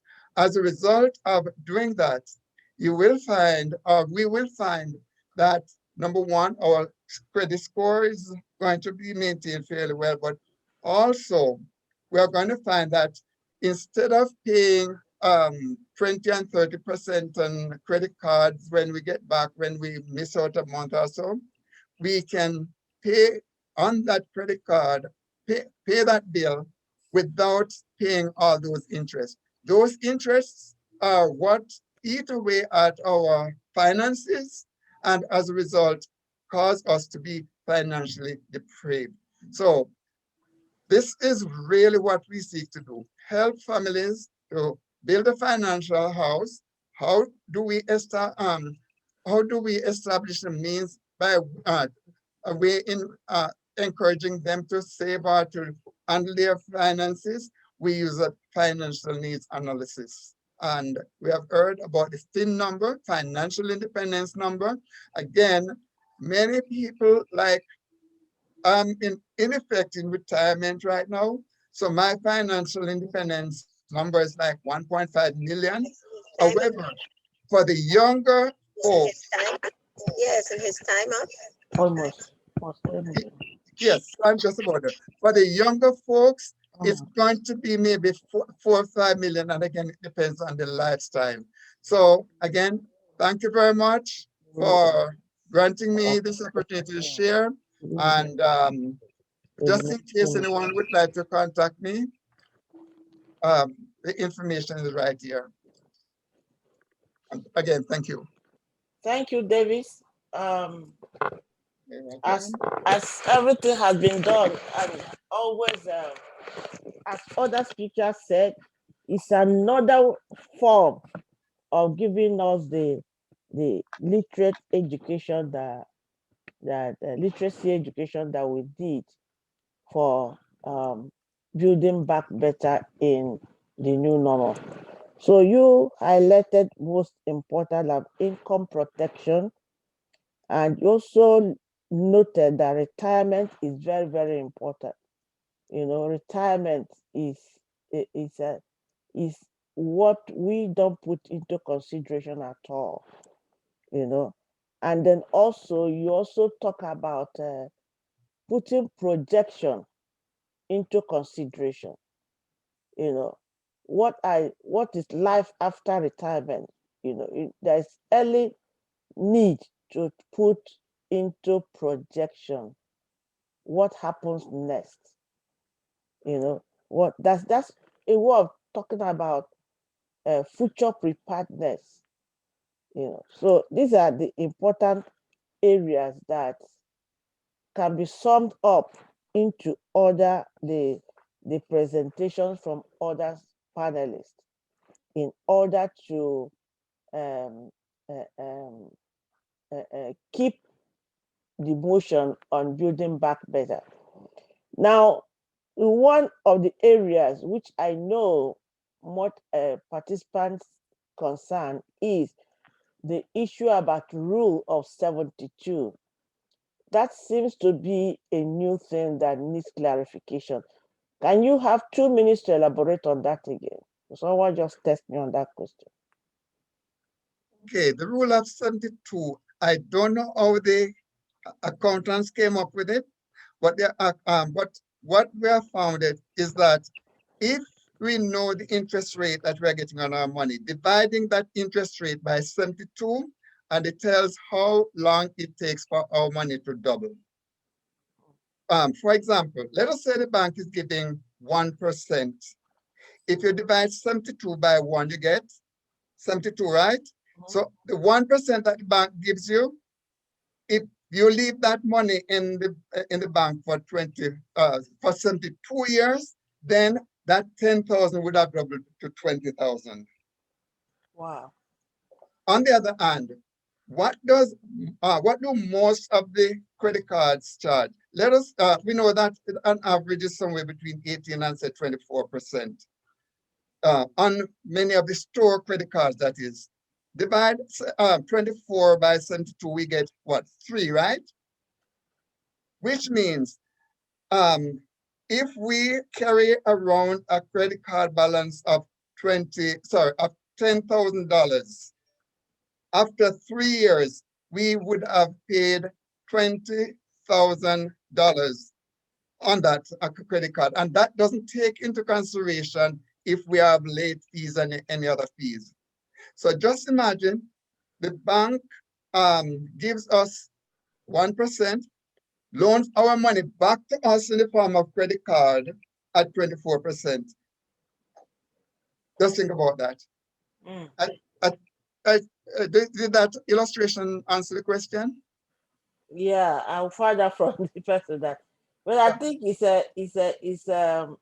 it provides insight, and it's a little bit mathematical, which needs a further training knowledge. So thank you so much for Right. that. In fact, being a science teacher, I understand why you went to mathematical presentation.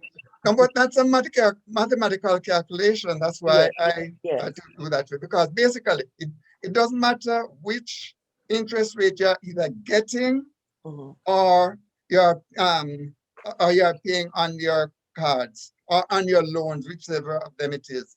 Just divide that interest rate by into 72, and that shows how long it takes for your money to double or for you to double the amount that you pay out. Oh, thank you so much. Thank you so Well, much. It's wonderful hearing all the presenters, and it's so all of your presentations are so educative, informative, and knowledge update. So I want to leave the floor for questions. I know there was one question in the chat board for Derek, and he says credit something. I forgot it. Hello, Derek, are you there?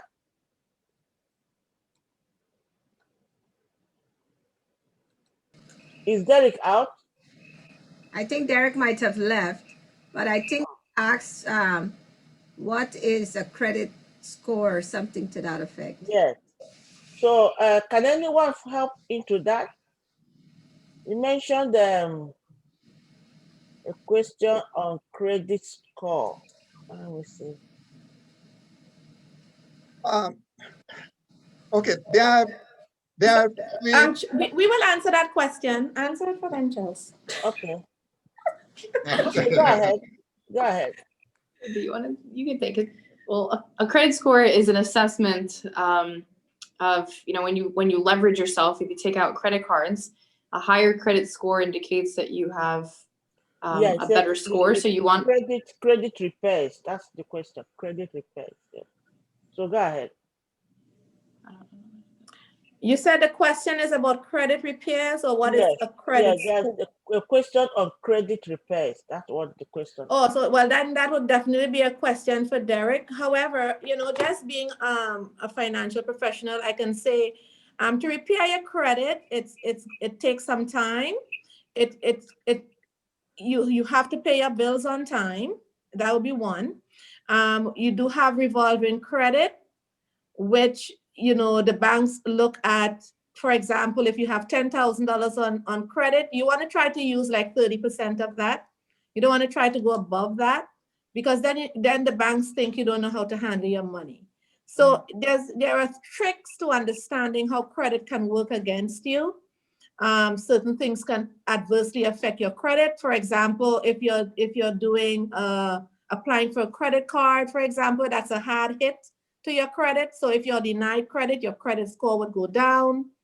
So, understanding your credit is just taking the time to basically watch your spending, monitor your debt to income ratio. You don't want your debt ratio to be too high. And that's basically how they calculate it.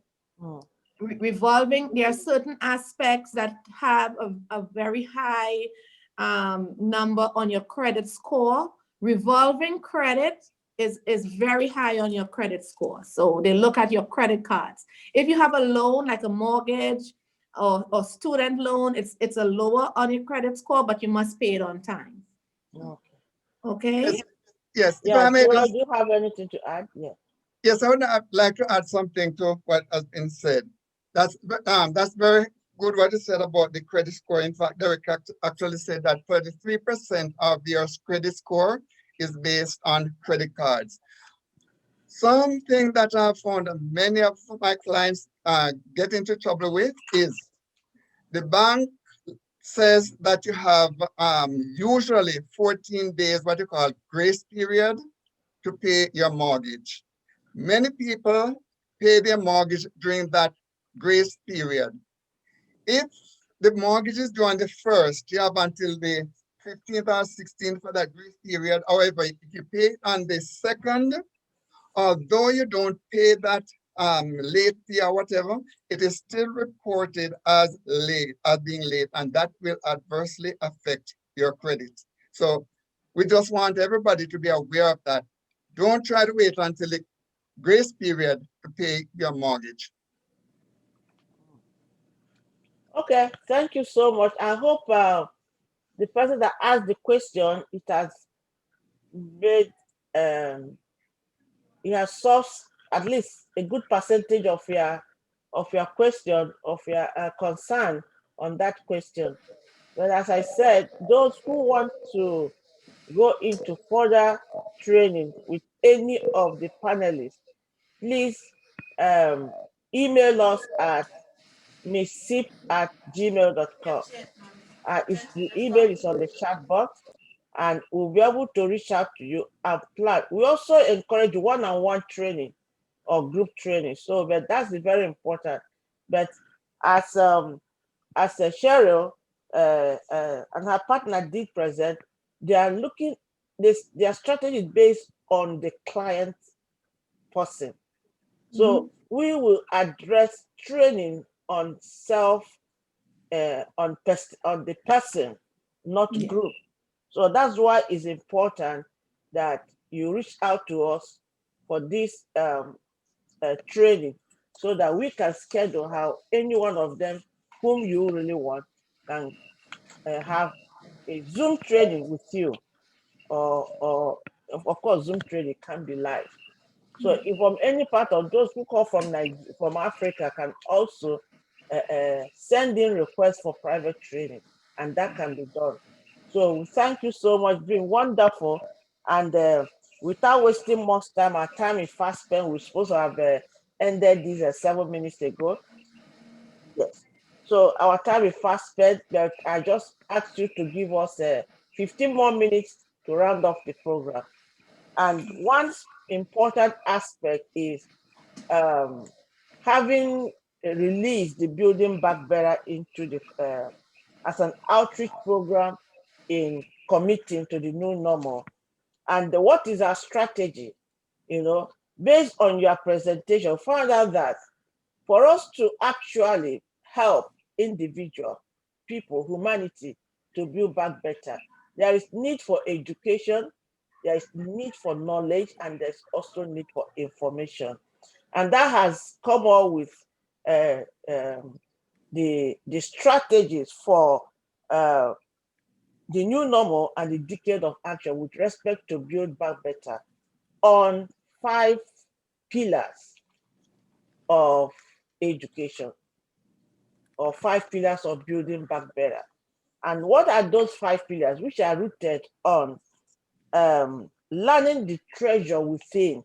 First of all, the individual has to understand, has to be knowledgeable about the treasure he or she possesses. And one of the most aspects of that treasure is your sustainable life. The sustainability to your existence. So you now need to, there should be education on learning the treasure within you. So that treasure will now expose you to all these educations, the need to plan for retirement, the need to go into emergency fund, the need to project your future. It's always very important. Astrologers that we need, they project. That's some of them will say, project that will be rain tomorrow or something. So there's always need for us to have financial projection into our human existence. So learning the treasure within is one of our strategies. And that will equip us to size up learning opportunity throughout life, broaden one's knowledge, skills, and attitudes, and adapt to a changing, complex, and interdependent society. Now, we also need the learn of learning to know. Of course, today evening, just one of the strategies. We have learned to know the need for financial coach, the financial literacy, emergency fund, short-term saving, insurance, protecting your well-being, and credit score, credit repairs. All these have been what we have learned to know today.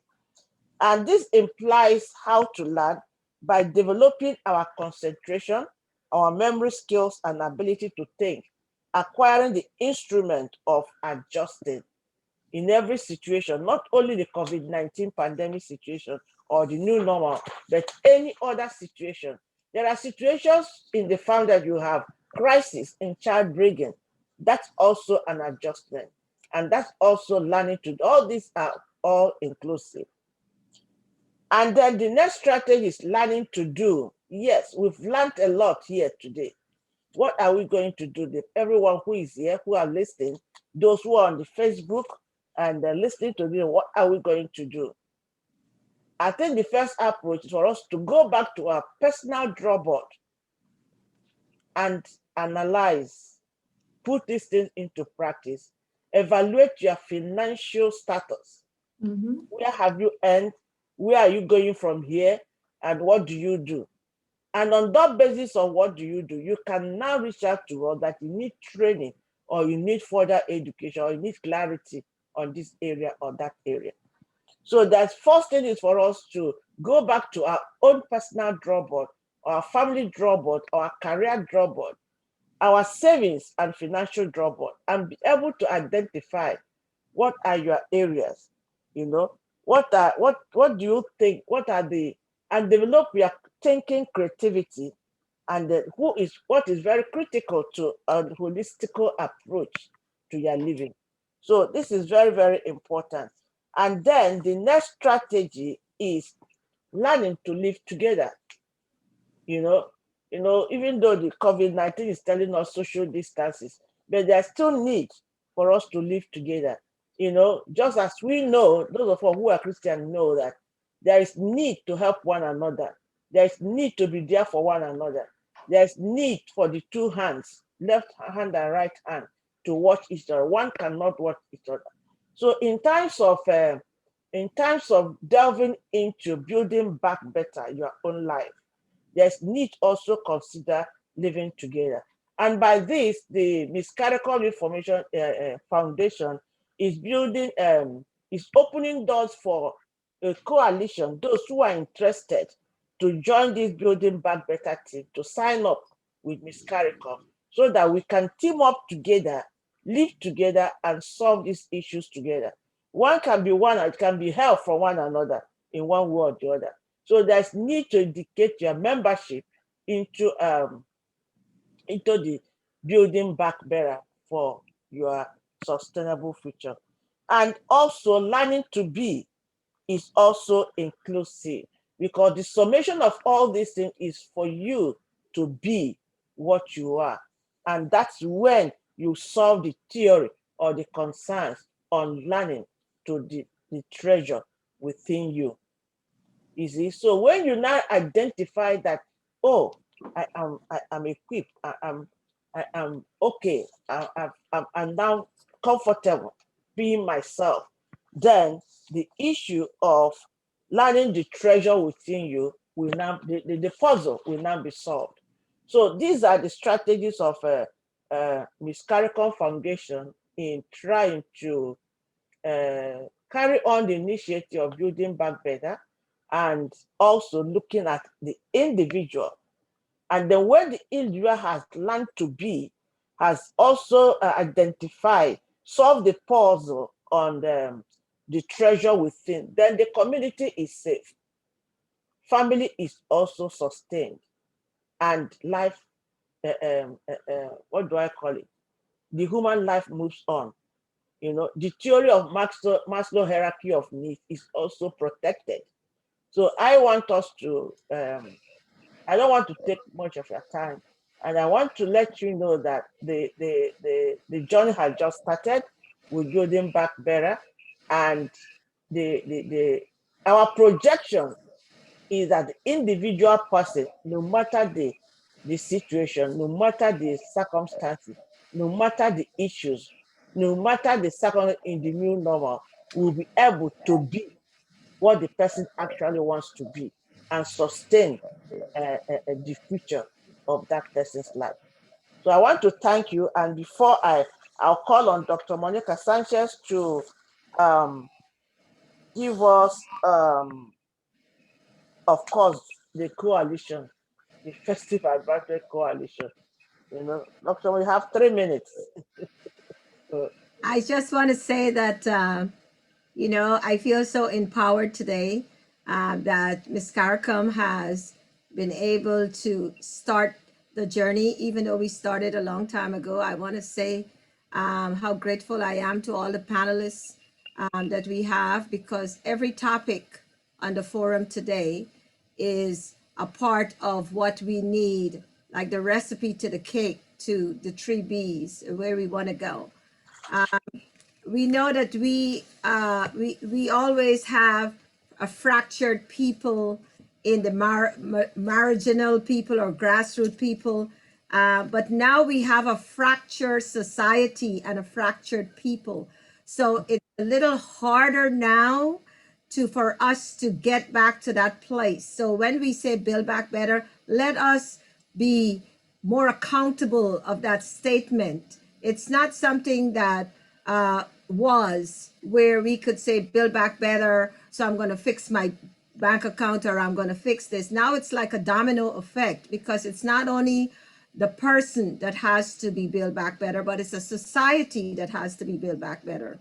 So unity and working as one and being completely involved is much more essential now than it was before. It's very essential now that we as civic organization, you guys as private organization, private individual, and government agency work together in union to accomplish the 3 Bs, Build Back Better. And like I said before, that the 3 Bs does not stand alone without the 3 Cs, compassionate, caring, capable leaders to do this together.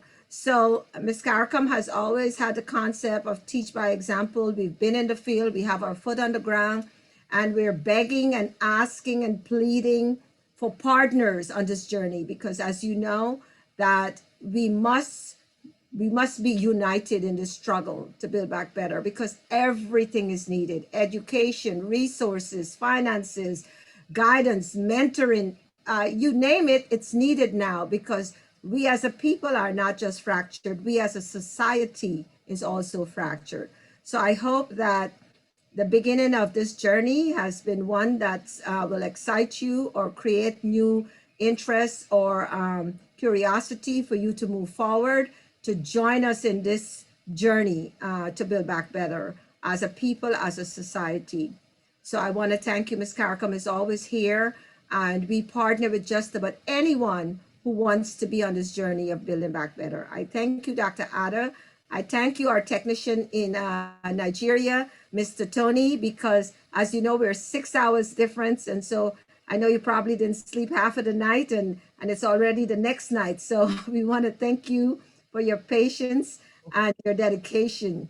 Thank you to all the panelists. Let's make this a journey, and let's have a positive destination on this train of the 3 Bs, building back better. Thank you. Thank you, Dr. Sanchez. I want to say, even though he's not right now on our panelists, to the BP of Brooklyn, who's going to be our next mayor, I want to say that we as Africana Women Working Group at the United Nations and Ms. Caricom support him 1,000%, because we know his journey and we know that he will do a fantastic job in mending and building back this city better. Thank you so much. Thank you so much, Dr. Sanchez, for that wonderful closing remarks. And before we call it off, there's a 1 minute question that I just saw in the chat box, and someone is asking, how can you pay off your student loans quickly? I saw that question, and I want to say that I sent them to send their email because Derek would be the one who can answer that question completely because he has the strategy on that structure. So maybe someone else might have it, but I think that Derek might be the person to answer that question. Okay, but I don't know. Okay, that's fine. So we leave it for Derek. But is there anyone who can give us a 1 minute information on that, at least to cool down the excitement of the questionnaire? Any one person? And just FYI, I heard that they're trying to get the federal government to give clemency to $50,000 worth of student loan. So that's something that's being worked on right now. So you may want to Google that and see how that works. I heard that in the news recently. I just want to say before we disconnect, an important point. While we do work as financial professionals, we also try to network and work with other professionals. For example, Derek, I intend to contact Derek because I may have clients who may want to fix their credit. So, we work with CPAs, we work with lawyers because we have clients, and because we sit and understand all our clients' needs, we also want to have a network. And it would be great to have a network within our own community that we can work and help each other. So we would sometimes we want like a tax attorney, for example. We look for CPAs for our clients. So I'm just putting it out there. Thank you so much. Thank you. Mr. Anthony, can you come in and give vote of thanks? Is it possible? All the way from Nigeria. Yes. Thank you, everyone. This is Anthony. I'm sorry my video can't come on right now, but it's late night here. So I want to thank all the speakers, to the last person that just spoke, especially Dr. Monica Sanchez, for her great network.